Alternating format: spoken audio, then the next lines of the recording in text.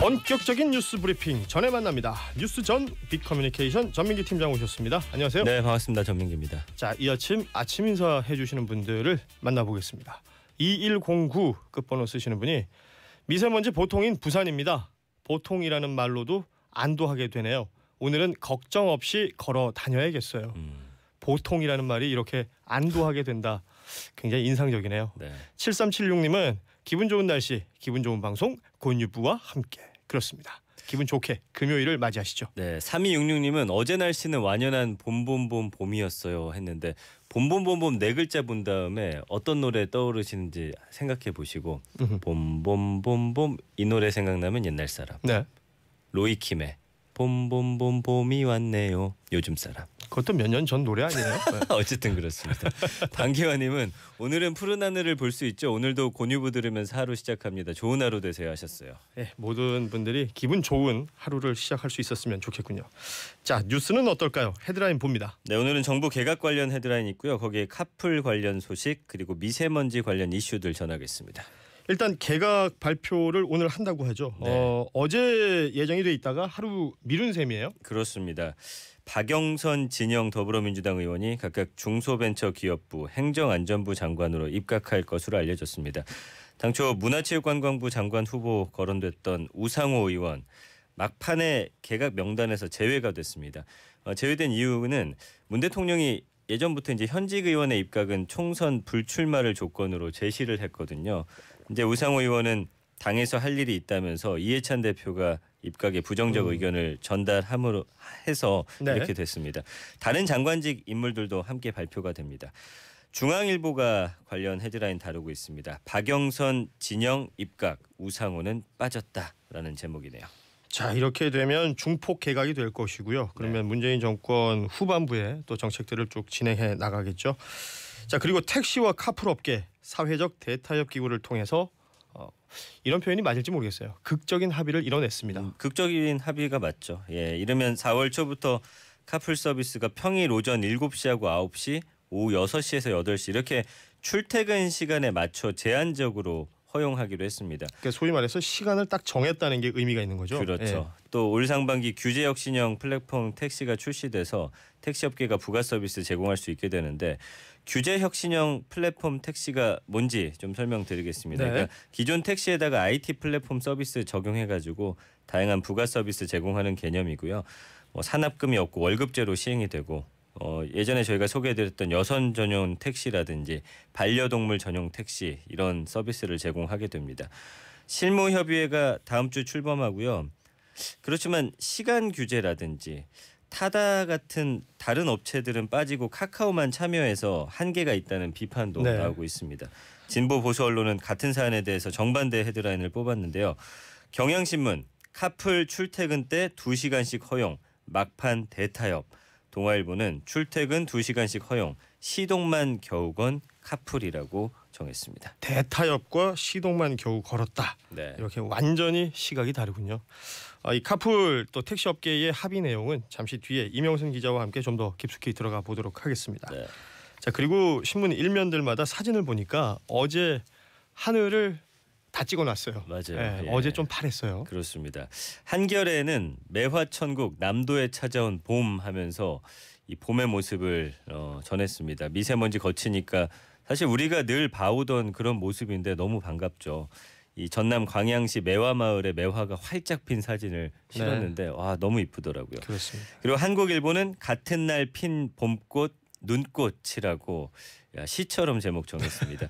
역시 광양 매화마을 사진 왼쪽에 소개하고 오른쪽에는 어제 이제 강원도에 눈이 많이 내렸는데 강원도 미시령 부근 풍경을 보여주는데 진짜 눈꽃처럼 예쁘게 또 여기는 미시령 쪽은 있습니다. 대설주의보까지 예. 발효가 됐으니까요. 예. 그러니까 봄과 겨울의 경계에 있는 아름다운 우리나라 풍경들 볼 수가 있고요. 미세먼지 때문에 더 소중한 모습들이었습니다. 그러니까 사계절이 또렷하다가 우리나라의 어떤 장점이잖아요. 네. 근데 이 사계절을 상징하는 어떤 사진들이 있는데 미세먼지가 어느새 쓱 그 안에 들어와 있어요. 그러게요. 예. 안타까운 일입니다. 이 미세먼지 관련해 가지고 어제 정부가 고농도 미세먼지 대책을 내놓았죠. 그러니까 뭐 정말 많은 대책들이 있습니다. 근데 그 중에서 뭐 공공건물 옥상에 야외형 공기정화기 설치하고 중국하고 인공강우 실시하는 방안 협의하자 이런 내용들이 포함되어 있는데 이게 지난 6일 문 대통령이 미세먼지 관련 긴급 대책을 요구해서 나온 정책들입니다. 근데 이제 보여주기식 정책이라는 비판이 많이 나오고 있습니다. 지난해 중국 시안에도 100m 공기청정탑이 등장했는데 효과가 검증되지 않았다라는 게 전문가들 의견이고요. 인공강우 실험도 성공할 확률이 굉장히 낮다라는 전문가들의 비판이 있습니다. 그러니까 미세먼지 해결 본질은 석탄 화력 발전, 감축 같은 에너지 문제 해결인데 이걸 전혀 건드리지 않으려다 보니까 변죽만 올리고 있다라고 지적했습니다. 조선일보고요. 본질은 놔두고 정부는 또 미세먼지 미세 대책이라고 정했습니다. 네. 자, 이렇게 헤드라인을 살펴봤습니다. 정소영님이 문자 메시지로 제주도 안 가봤는데 오빠네 이번 주 주말에 제주도 간다고 하니 미세먼지 없었으면 좋겠습니다라고 하셨는데요. 제주도 안 가본 분이 여기도 계시죠? 제가 있습니다. 제주도가 날씨가 좋았으면 좋겠군요. 오랜만에 보는데 섹시민기 오늘은 모자 안 쓰고 나왔네요. 8071님이 보내주셨습니다. 지금 모자 끊은 지 한 3주 넘었는데 오랜만에 들어오셨나 봐요. 그리고 유튜브에서 닉네임이 내 이름 알려고 하지 마라 다친다 님이신데요. 오, 라디오로 맨날 듣다가 처음으로 유튜브 왔는데 좋군요. 아이고 고맙습니다. 많은 분들이 이렇게 이 시간에 함께하고 계십니다. 자, 인터넷에 주목받는 인터넷 뉴스 토픽 볼까요? 어린이집 학대 또 있어요? 또 있습니다. 이 40개월이 채 안 된 서너 살 어린아이들이 어린이집에서 교사들에게 심한 학대 당했습니다. 경북 구미 한 어린이집인데 CCTV가 공개된 걸 보니까 3살 남자아이가 울면서 상 앞에 앉아 있고 보육교사가 우는 아이 입속으로 밥을 집어넣는데 뭐 여러 명의 보육교사가 오며 가며 그 아이 입에 계속 밥을 우겨 넣습니다. 근데 아이가 결국 식판에 토를 하게 되고요. 근데 이제 잠시 뒤 다른 보육교사가 토한 음식을 아이에게 다시 먹입니다. 아유. 예, 이건 정말 학대요. 낮잠 시간에도 이어지는데요. 한 아이가 잠자지 않고 보채니까 아이를 밀어가지고 얼굴이 맨바닥에 부딪히게 하더니 본인의 다리로 아이를 짓누르면서 아이 다리를 잡아채 버립니다. 그러니까 아이가 나중에 공포에 질려서 선체로 오줌도 싸고요. 부모 입장에서 더 분통이 터지는 거는 가해 교사하고 원장을 수사한 경찰과 검찰이 솜방망이 처벌로 끝내려고 한다라는 겁니다. 그러니까 형사 사건이 아니라 아동보호 사건으로 처리하려 하면 정말 약한 처벌밖에 안 나오거든요. 이게 비판이니까 재판부가 검찰이 축소시킨 신체적 학대 혐의에 대해서 다시 심리하기로 했다고 합니다. 이게 그러니까 경찰에서 소위 말해서 어린이집 측의 어떤 편의를 봐주는 거잖아요. 이렇게 맞아요. 되면 예. 그 왜 아이들 생각을 안 하는 겁니까? 근데 이 학대 보면 거의 대부분이 밥 먹을 때 잠자지 않을 때인데 너무나 그 형태가 비슷해서 이거 어떻게 근본적으로 해결할 수 있을지 좀 고민이네요. 참 답답한 일이군요. 자, 다음 토픽 오랜만에 듣는 표현이 또 등장을 합니다. 네. 태움 의혹 간호사 결국 산재가 인정이 됐어요. 그렇습니다. 작년 2월에 극단적 선택 세상 떠난 서울 아산병원 간호사 고 박선욱 씨가 이제 산업재해 피해자로 인정됐습니다. 네.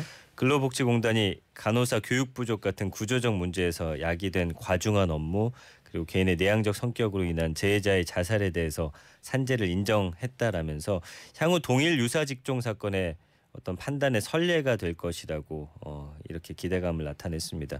그러니까 박선욱 간호사가 지난해 2월 설 연휴 첫날 극단적 선택으로 그 세상을 떠났죠.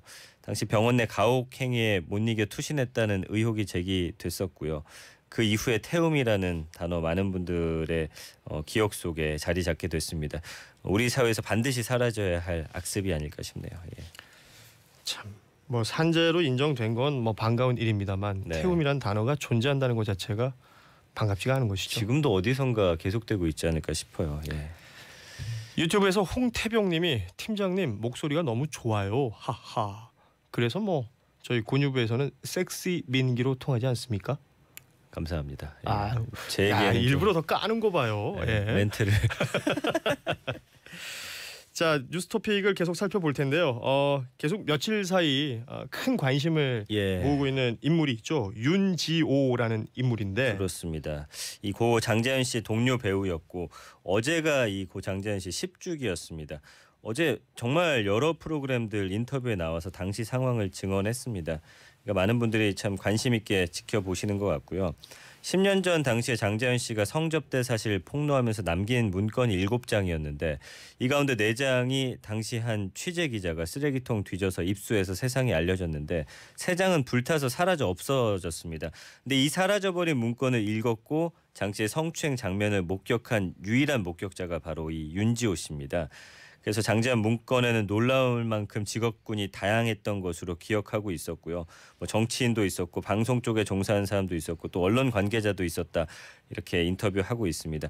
특이한 국회의원의 이름도 있었다라고 전해지면서 이 사람이 뭐 누구냐 이런 의견들 나오고 있고 진실이 좀 반드시 밝혀졌으면 좋겠습니다. 10년 동안 지금 누군가는 계속 덮으려고 노력한 그런 사건이거든요. 그러니까 윤지호 씨 같은 경우에는 그 사건 당시부터 꾸준히 조사에 성실히 임해 왔는데 본인이 받았던 조사 내용과 다르게 결론이 나는 것들을 보면서 굉장히 힘들었었다라는 얘기들을 하고 있죠. 자, 그 장자연 씨가 세상을 떠난 지 10년이 됐습니다.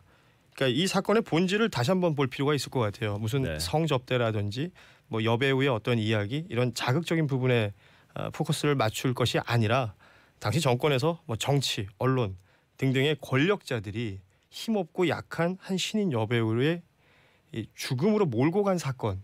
이 부분에 대해서는 우리 사회적인 판단이 반드시 필요하지 않나. 그렇습니다. 그런 의미에서 지금 대검 진상조사위가 다시 또 보고 있는 것이죠.